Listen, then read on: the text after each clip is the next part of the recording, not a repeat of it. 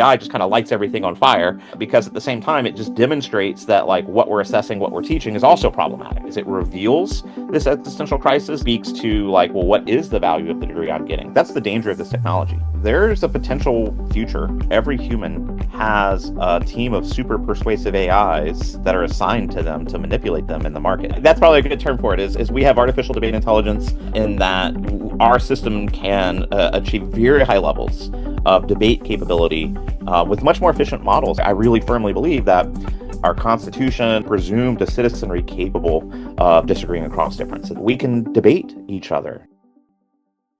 I'm thrilled to introduce our guest this week, John Hines.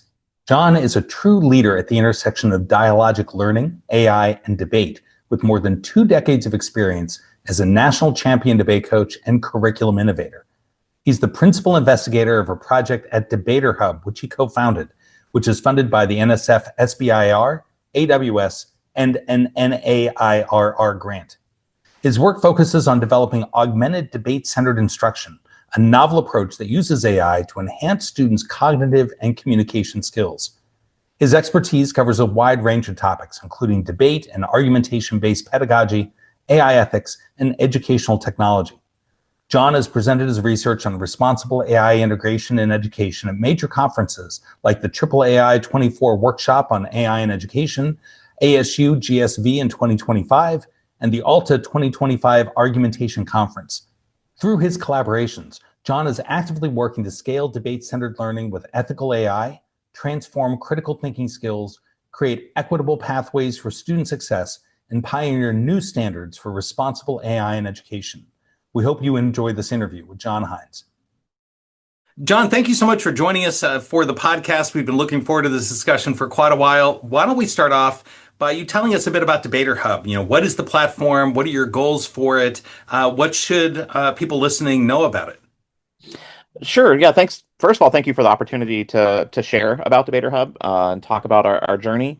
DebaterHub started about 4 years ago. The initial impetus was shared concern with my partner and I about general state of democracy and state of education, and a really firm belief on our part. We're both debaters. I was a debate coach for much longer, but debate was very influential in his career as a high school student. That a speech and debate based education is transformative and powerful, and learning to communicate across difference is something that's immensely important, not just for somebody's professional success, but also for our democracy. We really felt like the state of civil discourse was in rapid decline, and we felt that debate was the most powerful activity we had ever encountered, and we wanted more people to have access to debate. The big problem with that is, over time, debate has become an activity that's almost the exclusive purview of wealthy suburban schools or private schools, and the vast majority of kids don't get access to debate-based education.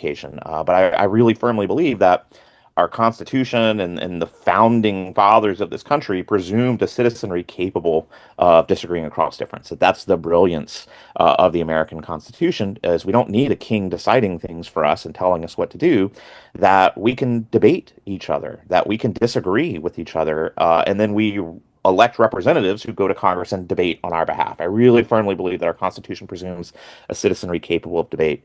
But in the 1800s, as a society, we realized we couldn't scale debate-based education.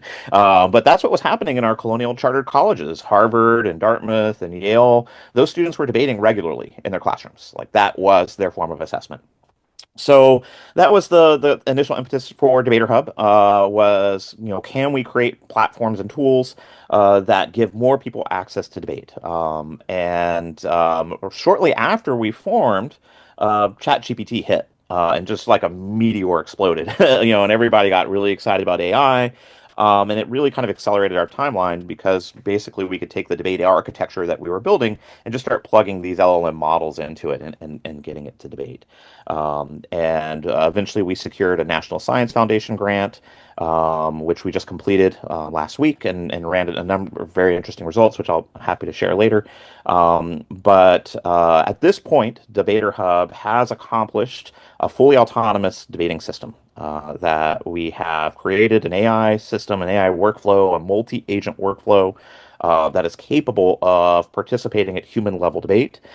In fact, the benchmarking test we just ran, that our system can create the first speech in a policy debate, which is the most rigorous form of competitive debate. It can create that first speech at exceptionally high levels. In fact, according to our benchmarks, it exceeds expert human performance at that level, and absolutely crushed zero shot attempts at the most expensive consumer models out there. We paid for the $300 Grok, the $200 ChatGPT, and they couldn't even come close to what our system was producing. More long run, then our goal is to figure out a way to take that fundamental scientific discovery that we've created, technological discovery we've created, and turn that into a usable user interface, user experience, and collaborate with urban debate leagues, Title I schools, and other schools that are interested in providing more people access to debate-based education. Well, and thanks, John, for choosing our podcast to tell the world you've achieved Yeah. AGI. Yeah, I wouldn't call it that. It's nearly defined, right? Like AGI presumes it's across Right, activities. right. But This you is just got very you narrowly got defined. superhuman intelligence in Maybe narrow maybe area. what they discovered was ADI, artificial debate Debate intelligence. intelligence. Yeah, Intelligence, right? yeah, Yeah. that's probably a good term for it. Is we have artificial debate intelligence, in that our system can achieve very high levels of debate capability with much more efficient models. Actually, like we used very cheap models to accomplish this, and that's probably one of the more exciting aspects of it is that we didn't have to use these super models to generate this exceptional performance. So that's kind of the one of the findings, right? We don't know if actually I saw a study yesterday where somebody used like ChatGPT like 2.5 or something, but they put all this medical data in it and it was able to complete all these diagnoses. So that's an interesting finding of your study, and maybe that is true in other areas. But under the NSF grant, kind of what kind of did you apply for in terms of like, okay, we want to get this grant so we can do X, Y, and Z? I mean, part of it was obviously kind of develop the system to prove it out, but what kind of maybe objectives were there beyond that, right? Okay, let's see if we can get close to human or now superhuman performance in argumentation. What are we looking at under the grant? Yeah, well, let's be clear about the kind of grant we received. It was a small business innovation research grant. So there's two kind of fundamental things that you need to prove to get the grant. One is that it's scientifically novel research, that it's not like just an engineering problem that you're taking existing scientific understanding and applying it into a new engineering area. It actually has to be fundamental scientific research. So that was challenge one.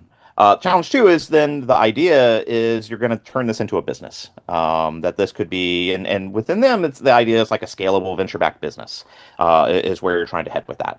I think we successfully accomplished number one. I don't think we necessarily successfully accomplished number two. I think that our conclusion at this point is we're probably more inclined to convert our company to like a nonprofit, than to try to go get venture-backed investment. And we can talk about why that is. That actually, a lot of my research into ed tech and educational technology and what's happening in education spaces, I'm not entirely comfortable, to be honest, at this point, saying we need venture capital in higher ed. I'm a little concerned about venture capital in higher ed. We can talk about that as well. So the scientific questions, though, right? I think that's kind of where you were going, Stefan, with like, okay, what were the scientific questions?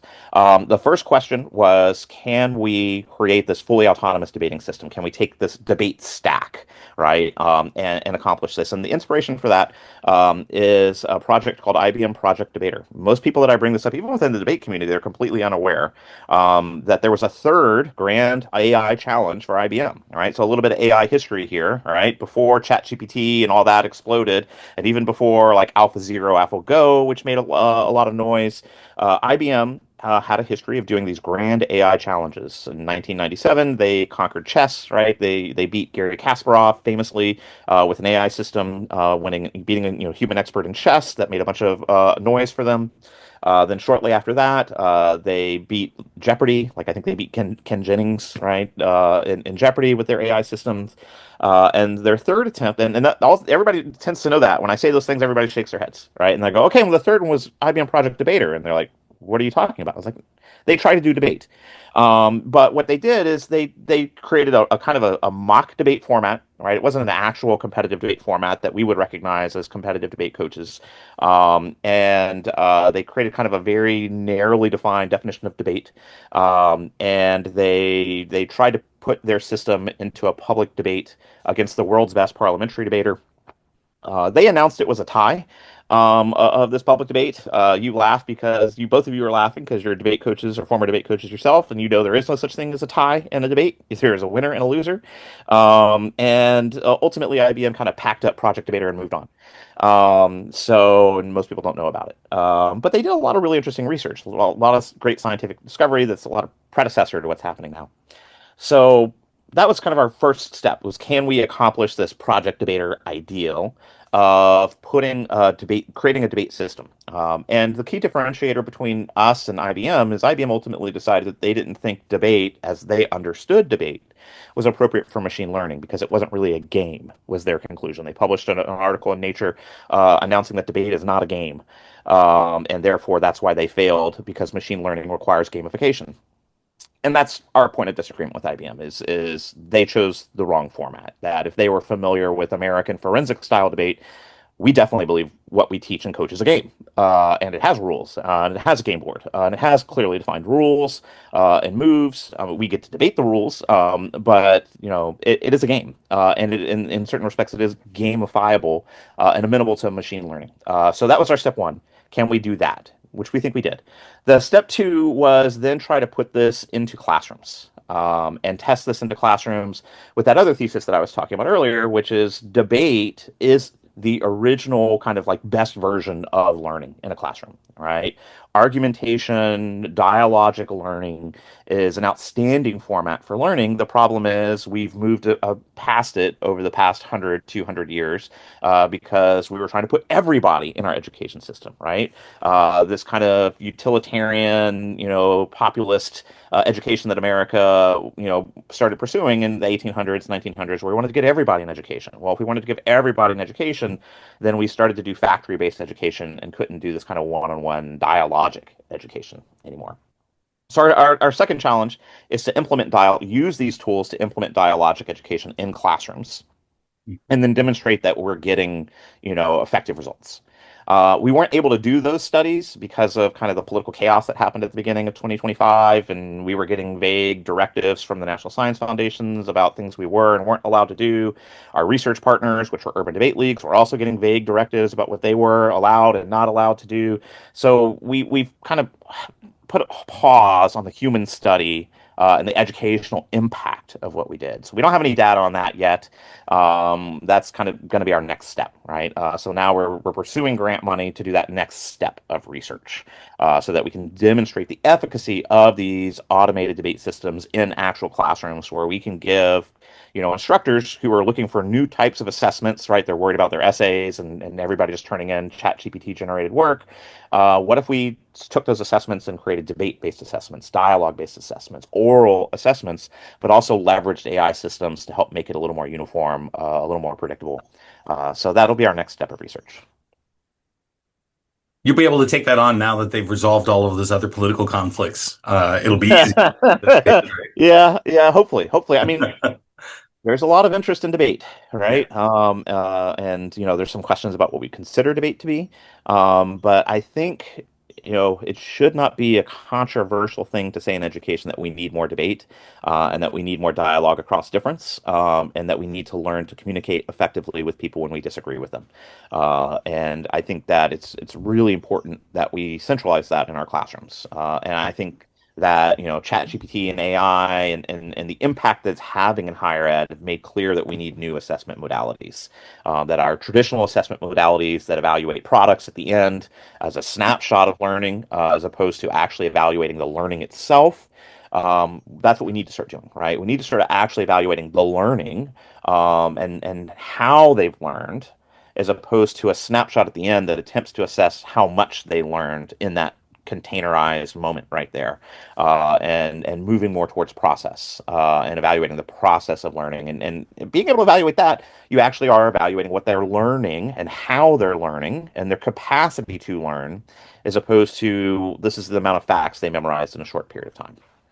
I remember talking with you earlier in this process while you were working through the NSF grant, and you referred to a series of interviews that you conducted.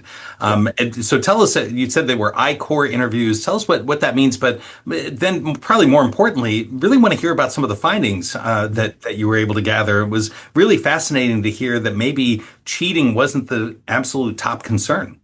Yeah, yeah. So the I-Core is a secondary grant you receive, you apply for and receive when you get into this NSF SBIR grant program. So the SBIR, the idea of the NSF SBIR is you're going to take, innovation, scientific innovation that's happening in a lab and take it out and make a business out of it and turn it into a product. And so I-Core is kind of like their own little incubator kind of program, kind of like NSF's Y Combinator for people who know what Y Combinator is. The purpose is to take these scientists in these academic labs, and teach them how to think like a business person, and what it takes to go from, okay, we've got an invention. How do we take this invention and turn it into an innovation that becomes a product that people pay for? And a key step of that, of like product thinking, product oriented thinking, is customer discovery interviews. Right? That it's really easy to say, oh, I have a brilliant idea. Let me go make some things and then hope people use them. Which is the way most people approach, launching a company, launching a product. The reality is, until you, as Mike Tyson famously said, everybody has a plan until they get punched in the mouth. The same is true of business, right?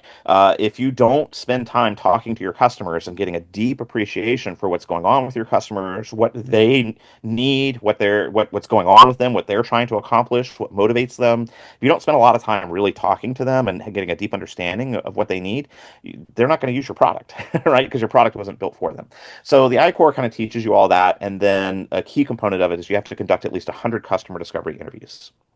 So we conducted over 100 interviews with higher ed administrators, professors, deans, presidents, and also CEOs of other ed tech companies, and a wide variety of people within the world of higher ed, and also K-12 education as well, right? Because our fundamental business thesis was educators are concerned about AI. That they're concerned about AI cheating, and that they need a technological solution for that, and that's what we could offer, right? That we could say, hey, yeah, the essay is dead, right? You may not be willing to admit the essay is dead yet, but the essay is dying and soon to be dead, as a valuable mode of assessment, and we can create a replacement assessment for that. But what's really interesting about the way these customer discovery interviews are supposed to work, if you're really doing them correctly, and scientifically, is you're not coming here saying, "Here's my product. Tell me what you think of my product." What you should just be doing is asking a bunch of open-ended questions about their day-to-day experiences, what are their challenges, what's bothering them, and how they're trying to solve that. And in that process, I discovered that our thesis that like AI cheating is this massive crisis in higher ed was not entirely true. It's a nuisance to them. And in certain areas, it's definitely more impactful than others. Like I would say, people who run writing centers are really impacted. People who teach like first year composition are really impacted. People who teach public speaking courses are really impacted by people turning in AI generated work, and it's creating a lot of problem for them. But at the university as a whole, there were much bigger fires burning at that time than that issue. The number one fire for the universities is the problem that they're struggling to demonstrate the value of degrees to universities, and it has to do with the cost of education. All right, the cost of education itself, of getting the degree itself, versus the lifetime potential earnings from that degree are getting close to each other. And so it's really hard to demonstrate the value or the return on investment to higher ed. So that was kind of like the number one concern that I was getting, as there's a lot of pressure coming from top down to demonstrate return on investment to the like course level, even in some states, right? Like in Texas and Iowa, they're getting directives from their state-based funding agencies that you need to be able to track like a student took this course and then they got this job based in this Wow. course, and the skills you're developing produce these types of jobs. And that's kind of the new, standards that are being set. And it's really hard for universities to meet that standard. The second major crisis that they're facing is the demographic cliff crisis, which is our, birth rates have dropped below replacement rate, right? And the way the typical university funding model works is enrollment and financial aid based on enrollment and tuition is really what's keeping the lights on. But if you already have this problem where the cost of the degree is getting close to the value of the degree, and you have this declining enrollment problem, there's an existential crisis in higher ed that precedes this question of what's happening with AI. And I really think AI just kind of lights everything on fire because at the same time, it just demonstrates that like what we're assessing, what we're teaching is also problematic, right? And so I really think what's happening with AI is it reveals this existential crisis as an actual existential crisis, and it kind of speaks to like, well, what is the value of the degree I'm getting, right? If an AI can like write all my essays for me, and if it can complete all the multiple choice tests you're giving me, what am I actually learning in your classroom? Like, what skill am I learning in your classroom, right? And one thing that I want to acknowledge is like there's kind of a battle in higher ed between two different visions of what we're trying to accomplish in higher ed, right? Some people were really firmly like, I'm not here to get you a job. I'm here to like build a better person, a better thinker, better citizen, et cetera, et cetera. But the vast majority of the students and the parents who are paying the bills are there to get a job. Right? And that, me too. When I went to school because I wanted to get a job on the other side of that.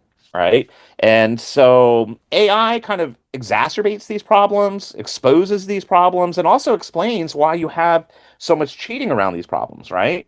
Or cheating, right? And I even put cheating under quotation marks because I think what a lot of students are doing is eminently rational, given the world they live in, right? That all that matters is a degree, and the way to get the degree is to get the grade, right? We're not assessing actual learning, right? Like if we're taking snapshots of learning, but there's not an incentive structure in education right now, and it's not just higher ed. High schools also have this problem. There's not an incentive structure for the students to actually learn. They're only incentivized to get a good grade so they can then move on to the next thing. So they just have to be as efficient as possible to get that good grade to move to the next thing. They have this tool that makes it very easy to get that grade. So it's kind of logical that they use it. Yeah. But that's also why we have a bunch of professors that are like, well, let's just ban it. But I just don't think that's realistic to ban it.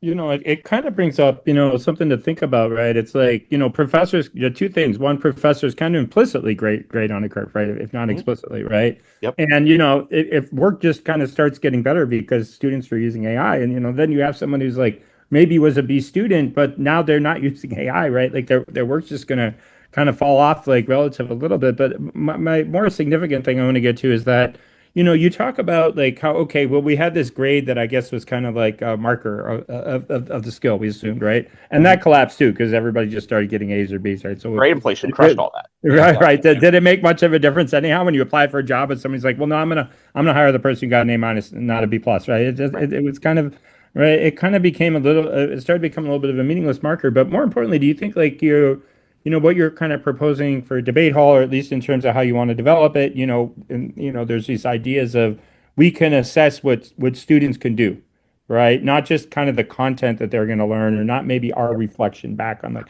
oh, I think they gave a good an A speech or a B speech, right? But do you think somebody could kind of, whether they graduate or they just kind of take some courses and then they go apply for a job and they say like, hey, I'm like a pretty good public speaker. The employers are, well, I don't know, can you speak for 2 minutes? But you have this whole kind of like, record of like, all right, like here's like whatever, 20 public speaking skills. And, this person gave 9 speeches and, this is how the system's rating them or how they're interacting with people, in a debate. Like, do you think it can measure, or would you like it to be able to measure some of these kind of soft skills? Yeah, and I'd even push back on calling it soft skills. Yeah. We used to call them soft skills, right? We used to have hard skills and soft skills, right? Hard skills would be those hard sciences, the really hard problems, which by the way, the AI now does better than humans. Yeah. And the soft skills were like, oh, those touchy-feely human things, they're soft, right? It turns out, if you look at like the World Economic Forum Future of Jobs report that just came out at the beginning of this last year, the 7 out of the top 10 most valuable skills that employers are looking for are soft skills, right? Which I think it's more accurate to describe them as durable skills or power skills. That these are the actual human skills that are the employable skills that we need to send signals to employers that the students have accomplished. But there are things like perspective taking, active listening, creativity, critical thinking, and we don't have reliable measures for those things, but we do measure them in debate, right? When we do public speaking and debate activities, we're measuring those types of skills. But we've never done a good job of communicating how we're measuring them as a community. So that's kind of like another area of research. That's that next step of research, which I tend to term dialogical proficiency. It sounds kind of wonky, but I'm looking for a better term of how do we classify and evaluate an individual's ability to communicate across difference, to collaborate in a complex situation with a team, right? I think the future of work is going to require that level of communication with AIs and with other humans, that we need communication skills. Human communication skills are going to be the most valuable skills of the future. But we need to develop reliable measures that send signals to potential employers or like the next level of education of how you've developed that skill, right? And that skill is something that's hard to measure because you measure the ability to do that thing over time and across spaces, right? It's not something you can take a multiple choice test and demonstrate, oh, you're a really good perspective taker, or you're a really good empathic listener, or you're a really good creative thinker, right? Like the way to measure those, we're going to need to develop measurement systems that track a student's ability to do something like that over time and across courses. So we need to kind of rethink, and I think this even challenges like the major system, right? And the way we think about evaluation, the Carnegie unit, right? I think that this really calls into question a lot of the fundamental assumptions that we've had for a long time about how we assess, how we evaluate, how we instruct, which is why I think that this is a long-term project. It's not something that's going to be solved tomorrow, next year, or even in the next couple of years, that there needs to be a long-term reevaluation of what we're doing in education. And I think you outlined pretty well that this is not a new issue or a concern. It's just that it really hasn't come to the fore because until really AI has helped illustrate some of the challenges and some concerns. So if we think about this dialogical proficiency as developing this as a model as a response to some of the challenges presented by AI, how can we also use AI to develop this model, right? I mean, if you're considering how this works, because you're right, if we think about a one-off course and you have an individual communication class, even in that one class, if there's only so much I could do to really evaluate listening skills, let's say. And I might be able to say, yeah, they were able to listen on a certain level here. But there's no way to tell if that was developed, if that's something that develops over time, or to be able to develop proficiency, or what that proficiency would look like. How can we do that with some of the AI skills or tools that you might have with something like DebaterHub? Yeah, the answer to your question is a field of computer science called computational argumentation, that tracks things like that. And there's new tools. DebaterHub is part of a larger movement. There's another cool tool called Debatrix, which is able to track moves in the debate over time, right? And so what we can do is develop systems. So if we can develop debating systems, systems that are capable of understanding how argument and rhetoric and persuasion and communication and perspective taking evolve over a period of time, right? And we can make systems that are capable of doing that, then that indicates that we could also create systems that are capable of tracking and evaluating that, right? And so if we can create systems that are capable of tracking and evaluating rhetorical moves, right, or long-term planning, long-term decision making, perspective taking, ability to be pluralistic in your approach to a problem, and making those objective and deterministic, right? Because that's always why they've been considered soft skills, is they weren't considered objective or universalizable. Right. And what the breakthroughs that are happening in computational argumentation, things like DebaterHub, IBM Project Debater, Debatrix demonstrate that these things that we used to think were soft skills and didn't have objective and deterministic qualities to them actually do have computable qualities to them. And if they have computable qualities to them, then we should theoretically be able to build systems that can track and analyze those trends over time, and then make a case for objectively across courses, across multiple instructors, across departments within a university, that this person started here their freshman year with these level of skills for perspective taking and creative thinking and critical thinking and active listening. But by the time they went through the gen ed curriculum, they developed to this uh, level. And I think that's a much more valuable skill to an employer, right? Like if you look at, what happens when students matriculate out of university and then go get a job. I'm going to throw out a statistic here. It's probably wrong, but I want to say like somewhere to 70-80% of employers say they then have to completely retrain or train the hire, right? So the signal that employers are looking for from a university is an individual's capability to learn and grow. All right, that's the signal they're looking for because they don't think they're coming with the skills they need anyway. So, I think one way that universities can start to demonstrate the value of the degree is that they can signal, oh no, the skills you said you want, we've imparted, and we can actually demonstrate how the students developed those skills over time. We can give you a sense of the trajectory of how long it took them to develop those skills and how quickly they'll be able to acculturate into your system by giving you those types of signals. I think those will be much more valuable signals to employers in the future than, oh, this student got an A in this class. Yeah. What does When that mean? everybody knows grade inflation's happening. Mhm. Everybody knows the kids are using AI to cheat. So the value of the university degree signal to an employer is pretty non-existent right now, and the skills they're looking for aren't tracked by those grades. Yeah. So I think that's kind of why we have like a real problem. Like if you look at the employment metrics for the recent grads, it's like the worst it's been in a really long time. That it's a really difficult time for recent grads trying to get jobs because there's a fundamental misalignment between the signal that comes from their degree and what the employers are looking for. Yeah, and I think, it's, to think about, the role of the university, right? Like skills develop over time, right? Like, Yep. even the best debaters, it's funny sometimes I'll tell a story, oh, I lost my first six debates or something like that, Me right? too. Like, Yeah. which is more than you're going to have in a debate class, right? So Yep. the university, however long, maybe students won't do 4-year degrees anymore, maybe 2 years will become more, Yeah. who knows, right? Yep. But whatever time they're there, it's like they're going to be in the process of developing these skills, and universities too. We've been talking about universities. But if this, we're talking about knowledge graphs, right? They could start early, right? Like, Yep. then it's just a question of like how much kind of they improve that could be charted. But the question I wanted to ask is, we talked a lot about argumentation and argumentation skills, right? And as you know, right, there's this kind of historical debate about like, oh, the substance of the argument versus like, the Yes. rhetorical skills. Yep. And, for those of you on the podcast you don't know, Anna and I used to debate each other, and Anna was really suave and persuasive, and we used to call him GQ man when we lost because we'd get frustrated to his persuasive It was ability. really the But power of my argument. It wasn't just yeah, rhetorical yeah, effect. yeah, yeah, that's true. It sounds good, but obviously, to a degree, they're intertwined, right? I mean, you can't persuade someone with a terrible argument. So I'll give him a little bit that his argument was okay, but does it? First of all, I would imagine like yeah, it can measure these things, but it kind of gets into interesting questions, right? Like, oh well, okay, this person on and he's super persuasive. He'll be able to convince anyone of anything if he comes to your business or works in your government.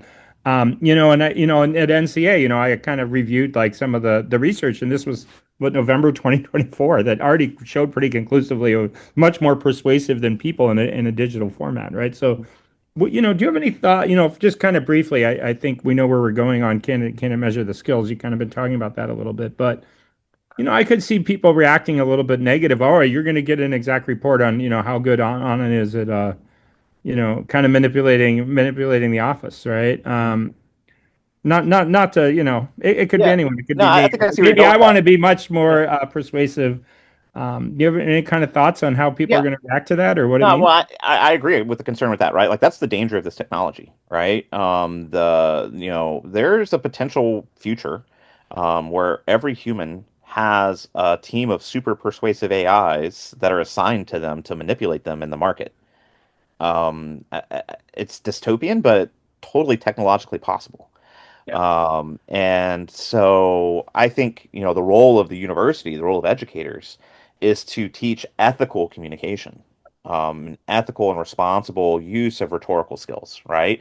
Students need to learn the difference between rhetorical persuasion and effective argumentation, right? Y'all kind of implied the difference, right? Like there's the logical argument that you make, right? That's grounded in reason and science, and then there's rhetorical persuasion, which can be a little manipulative, right? Because it taps into things like emotion.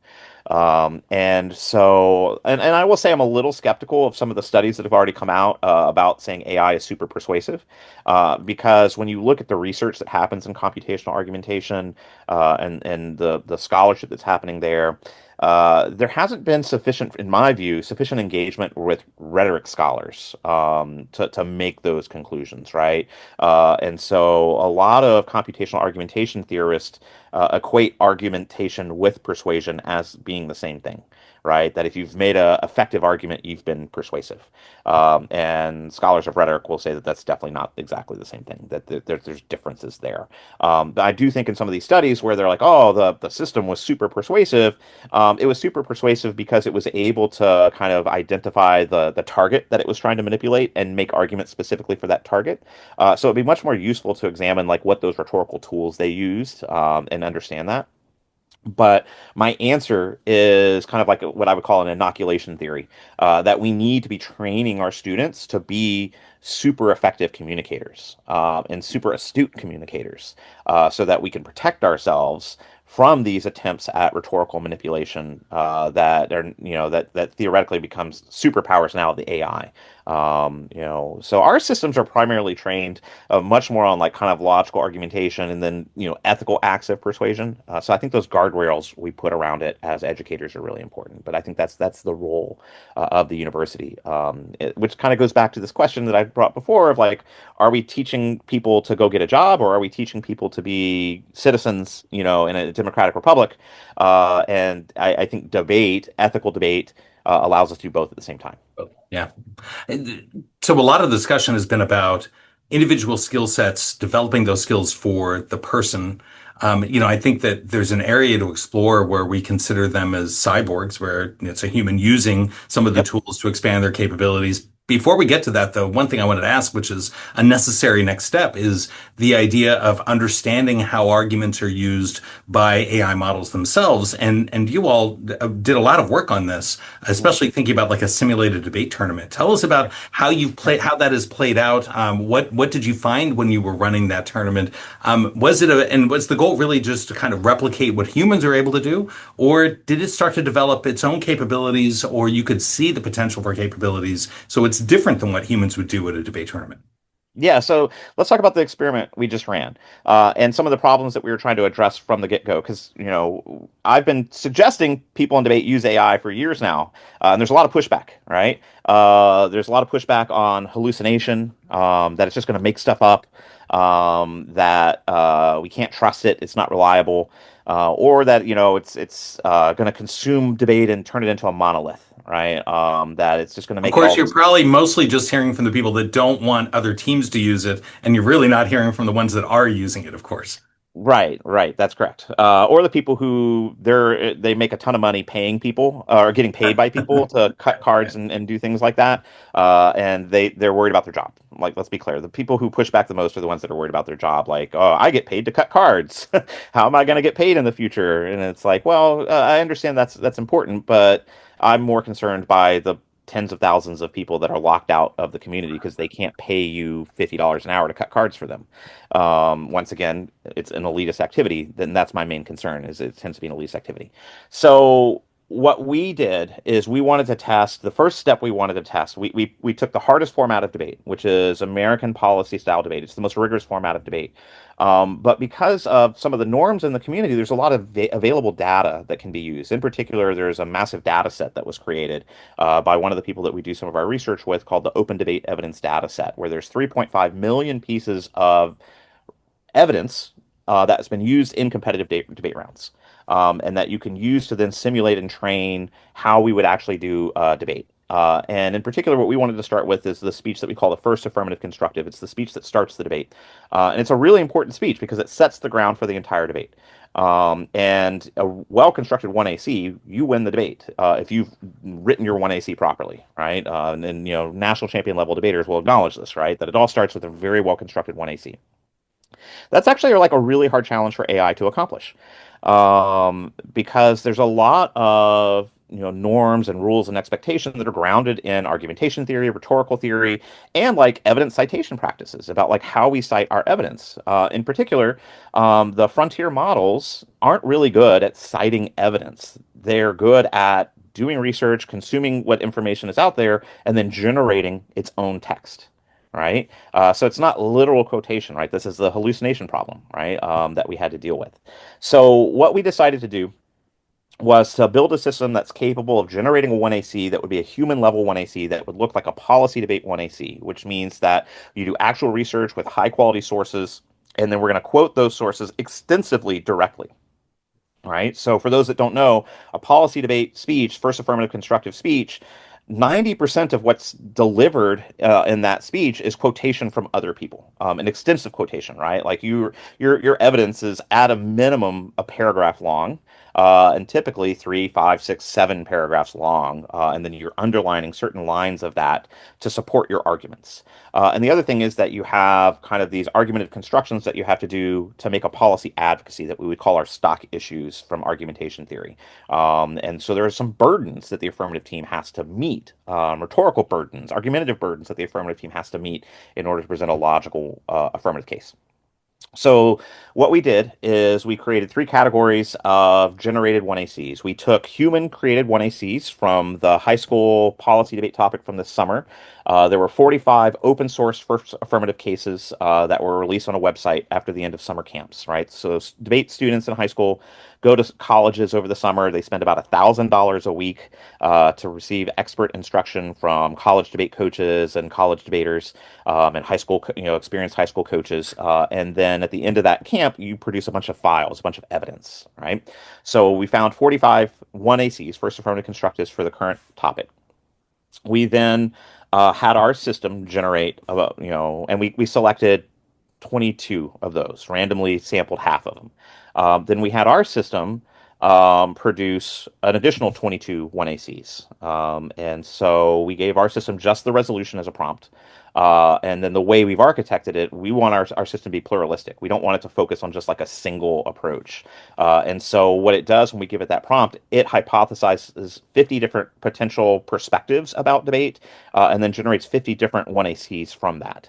And so we had our system produce its 1ACs, and then we randomly selected 22, and then we paid for the most expensive Grok, the most expensive Claude, the most expensive ChatGPT, and the most expensive Gemini, put them all in research mode, and gave them a very sophisticated prompt engineered prompt. It's like a 7-page prompt, is what we gave them, but we wanted it to operate under the same parameters that the humans in the debate camps were operating under and that our system was operating under, right? Which is that you have to have a plan, you have to have a topical plan, it has to be inherent, it has to solve, it has to have advantages, it has to quote reliable sources, and those sources must be traceable, and your evidence needs to be at least a paragraph long, and what you claim in your tags or what you assert the evidence says has to correspond to what the evidence is there.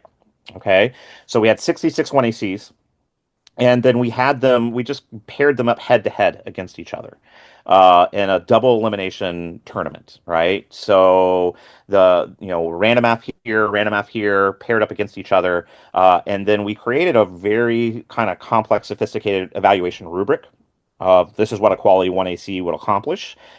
This is strategically what it needs to do, argumentatively what it needs to do, evidence ethics what it needs to do. And we gave a very complex rubric for evaluation for the system. And then we had it debate, and single double elimination. So one AC against another 1AC. The system scored it. We did use LLM evaluators, and I can come in a minute. I'll talk about some of the problems with us doing that because there's definitely a problem, and there's better data will come when we use human annotators for this. But we weren't allowed to under the terms of the grant. That we weren't allowed to pay human annotators under the terms of our grant. So we used an LLM evaluator, but we used the most sophisticated Claude as our LLM evaluator. Right. So Claude evaluated them, scored them across that rubric. The higher score would advance, the lower score would move into a loser's bracket, and you could make your way out of the loser's bracket by winning. But each 1AC was scored, and then would move forward. Okay. The top two 1ACs were our 1ACs that our system generated. Oh, The average scores on aggregate for DebaterHub generated 1ACs was an 80% off of that rubric. The average score for the expert human generated 1ACs that came out from summer debate camps was a 70%. And the average score for the really hyper expensive, $300 research enabled grok was a 50%. And what those 1ACs did, what the frontier models 1ACs did, is they mimicked the structure pretty well. They created the plan text fairly well. They did tend to write the same 1AC over and over and over. There wasn't a lot of diversity in what 1AC they generated. They really loved the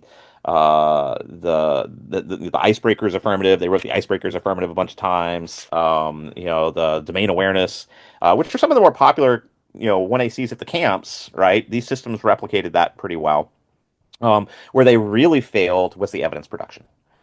In fact, a number of them, when we set the parameters around like you have to actually quote evidence, you can't generate summaries, but it actually has to be evidence. For instance, like the Claude ones just refused. Claude was just like, "Oh, I can't do this. Sorry." No, and it gave no evidence, right? So their 1ACs didn't have any evidence at all. So you can see where they're failing there, right? Gemini did generate a paragraph. I want to say ChatGPT would generate a sentence, would quote a sentence. But the other thing that we did to kind of test these systems, because the reliability of the evidence is really important, and a lot of people might not realize this, but in competitive debate world, if you present something as a quotation from an author and we can't verify that that's actually a quotation from an author, that is a fundamental ethical violation of the community, and you automatically lose that round. And if you're on my debate team and you did something like that, I'm kicking you off my debate team. Yeah. Right? That the ethics, the ethics around evidence in this community are extremely strict. So the next test that we did then was we wanted to test, was our system making up cards? Or were the other systems making up cards? Were they hallucinating cards or falsifying cards? And so the other test that we ran was a fidelity test, where we set the expectation that 100% of the cards in the 1AC had to be verifiable. And what our test did, what our assessment system did, is it took a random line in a card, and then it would look at the citation information and then go to the web, find that card, and verify that line of text yeah. existed in that evidence that you had cited. The LLM, the frontier LLMs, got a 0 score on that. Wow. Not a single 1AC that was generated by those LLMs had 100% verifiable evidence in it, right? And like I said, like the Claude ones just didn't produce any evidence because it was like, oh, I'm not capable of this. I'm not even going to try. The our system was like, I want to say like 79% of our 1ACs, 100% of the cards were verifiable. So probably like what is that math wise? Like maybe three of our 22 1ACs did not meet that metric. The really shocking thing was only about 8% of the human generated 1ACs could pass that test. Right now, and I Having think heard a the lot of these 1ACs, I'm not that surprised, to be honest. But right, that's an interesting point of comparison because we are always worried about, or critics are concerned about, oh, AIs will hallucinate, but we don't really have a discussion about how often humans hallucinate. Or, make the I same don't think mistake. it's malicious. I don't think they're Yeah. making it up. I think they're just Right. mistakes made when they're keeping track of Yeah, the it, when they're copying it. citations or yeah. Yeah, Yeah, no, there's that's absolutely and that's a what I lot was of going to say. error. That's my takeaway. Is not that these camps produce a lot of fake evidence. Yeah. I think what happened is these camps did not have sufficiently rigorous protocols Yeah. to verify that the citation information that's being put in that evidence is accurate. And so, and I've taught at debate camps. I'm sure y'all have as well. Like, yeah, I could totally see that happening. That a bunch of citation failure happened, right? They're not I'm citing it. sure it happens in human undergraduate research papers too, right? Yeah. I mean, Absolutely, absolutely. Well, Which is why maybe I the kind of other think a thing we lot of this should. like outrage about hallucination and like, oh, it gave me a paper with 100 sources and one of the sources was wrong. I wonder if Okay, maybe the next step is we should start incorporating this into debate tournaments and give a special award to whoever has the greatest level of fidelity evidence in their 1AC. right? Yeah, Submit that ahead of yeah, time and have it run it. Yeah. yeah. So I that was heard interesting, but I about do a think debate coach, and some of the stuff, the materials I share with students. One of the sites was wrong, and this person was really upset. They kind of said, well, I don't, I found the evidence, but the citation was wrong. And it's like, there's a coach in our area. He coaches gotcha. Go after their sites. And his Yeah. strategy is to try to, just double down on everybody's site to see if they Yeah. made a mistake, and try to win the debate, which, to me is a pretty I, silly way to debate. But, it's I'll acknowledge I like had a it's student. just more like human error, right? Like, yeah, I Yep. did I didn't make up the evidence, so I just put the wrong citation on it, Yeah, I think right? the more And even the interesting person test, was like, "Well, yeah, the citation is just wrong. You didn't make it up." I think the more interesting So test is whether they took it out of context. right, yeah, yeah. I mean, Right. there's deeper discussions, right? And I think it is a little hard well, it's not a little hard. It's a lot hard for LLMs to get the AI won't do total that. context, like the straw person argument, Yeah, right? AI doesn't. They're AI pulling that won't do that, idea out of actually. there. AI is really good. AI debate systems or the fidelity of the tag to the card is Mhm. 100%, Yeah, yeah, yeah. right? Like, because they are not going to lie and manipulate, right? Right, right. The way humans will, right? Like when human researchers, especially like high school kids, they like have a debate case in mind that they want to exist Yeah, or they debate kind of that they force want. the card in there, right? Yeah, They'll yeah. force the card into the argument. The Yeah. LLMs will not do that, Right. right? Like if the LLM has tagged it as something, that card's going to say that. And that's the other kind of like comparison. Like, are the LLMs worse than the humans? Well, the humans are going to manipulate the evidence to say what they want it to say, whereas the LLM is not going to do that. Yeah. So. That's really interesting. Yeah, we only have a few minutes left, so I want to talk a little bit about what's next. What do you think could be the next step for Debater Hub for similar systems to take these lessons? I mean, it's really fascinating to look at the comparison of, these are pretty elite debate programs, and summer programs, and it's not like you would expect sloppy work. It's not sloppy. It's just that's representative of human error. So, Right. how do we then, maybe that's part of this, or what do you think Debater Hub can do to help address some of this or move forward with debate online and debate with AI? Yeah, I mean, there's lots of directions we can go. I think one of the problems we've had at Debater Hub is we like to chase. We've had a tendency to chase all the problems at once. We've made a specific decision this time going forward that we're going to chase like a narrow problem. So we're looking for like one debate league, and I think we found them, but we're not announcing anything yet. But we're looking for one debate league where we're going to build a bespoke interface for them, and we're going to collaborate specifically with them on what their needs are. And the idea is to generate some coach-like avatars that the humans can interact with, right? Because one of the most valuable learning tools in learning how to debate is somebody that you can talk to and ask questions, right? Because debate is a talking and listening game. And you only get better by talking and listening with somebody, but there's not enough people to talk and listen to you. And so step one is use these innovations that we know we have a reliable debate system that can perform at expert human level. So now the question is, how do we create a user experience that allows urban debate kids to get quick access to a coach 24/7, right? That they can just ask questions. And we can know confidently that the answers the AI coach is giving are solid, right? It doesn't have to be perfect, doesn't have to be the best debate coach ever. Every debate coach makes errors. So Um, you're really thinking about implementing this with the preparation for debates, not necessarily in a debate. Yeah, I think that's a different question, right? And I think that's more controversial. There's certainly a lot of anti-AI pushback going on in education broadly, and also in high school competitive debate right now. In fact, there were arguments read last weekend at a tournament that said if you don't identify the amount of AI you use during your prep, you should lose. AI spec for the debate people watching has made an appearance. And so I think the most valuable uses of AI and the most ethical uses of AI in debate are pre and post round. I think that we can use our tools to help people learn what debate is and think about debate. And we now have tools that can help people write a 1AC. The next step in our research is going to be taking it further in the debate, like, okay, what does a 1NC look like, et cetera. Our systems aren't there yet. We're confident in our 1ACs, but we can certainly help people generate 1ACs and think about 1ACs. And the question is, what's the ethical way to do that? But that is pre-round prep. And then I think another thing that we haven't implemented yet, but I would like to do eventually, is you can have, I think you could just use note takers for this. I think it'd be smart for debaters to have AI note takers record all their post round discussions with their judges, and then take those note takers and aggregate the results that you're getting from your Great idea. judges to Yeah. look for repeated feedback that you're getting over and over. I think that's a low tech tool, right? Like your debaters should be implementing this immediately. They don't need us for this. Like, go get one of these AI note taker systems, and have it listen to your post rounds, and then look for what's the consistent feedback you're getting in all these post round conversations. Yeah. Would be something that debaters can do today. I certainly wouldn't encourage them to use any of these systems to write a 1AC. Um, Mhm. but I know NSDA apparently just gave everybody access to Perplexity, which is really cool. Hmm. That's something we didn't benchmark against. So I actually kind of want to go run do another benchmark and see if Perplexity can write 1ACs under the same constraints that ours can.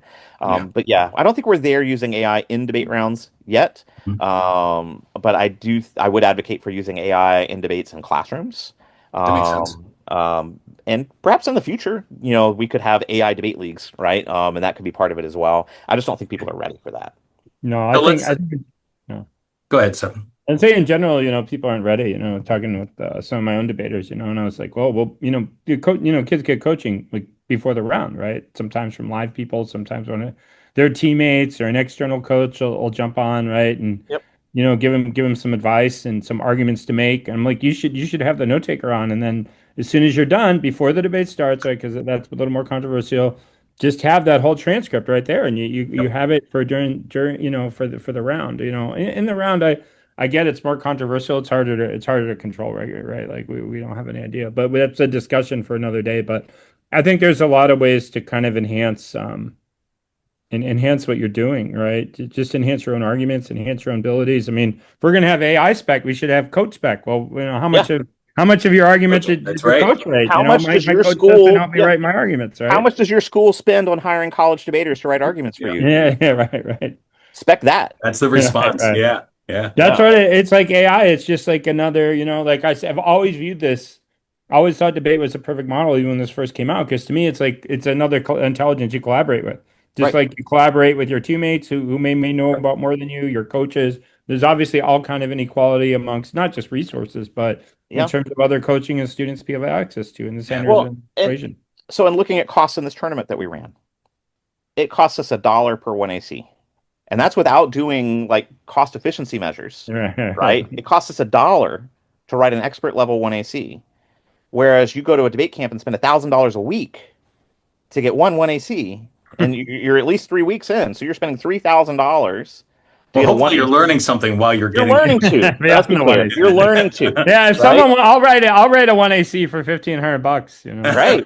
But no, you get more than that, right? But Yeah. I mean, I'll be honest. I've worked in programs where we hired college debaters to write things for us. Right, You couldn't buy a one AC for less than $300 to $500. right, Oh, right. yeah. Yeah, of Out on the course. market, if you wanted to pay somebody to write you a one AC, you're going to pay $300 to Yep. $500 for that. And our system did it for $1. Right. Is it going to win you the TOC? Probably not. But it's a one AC that you can have and take into debates, and learn. Yeah.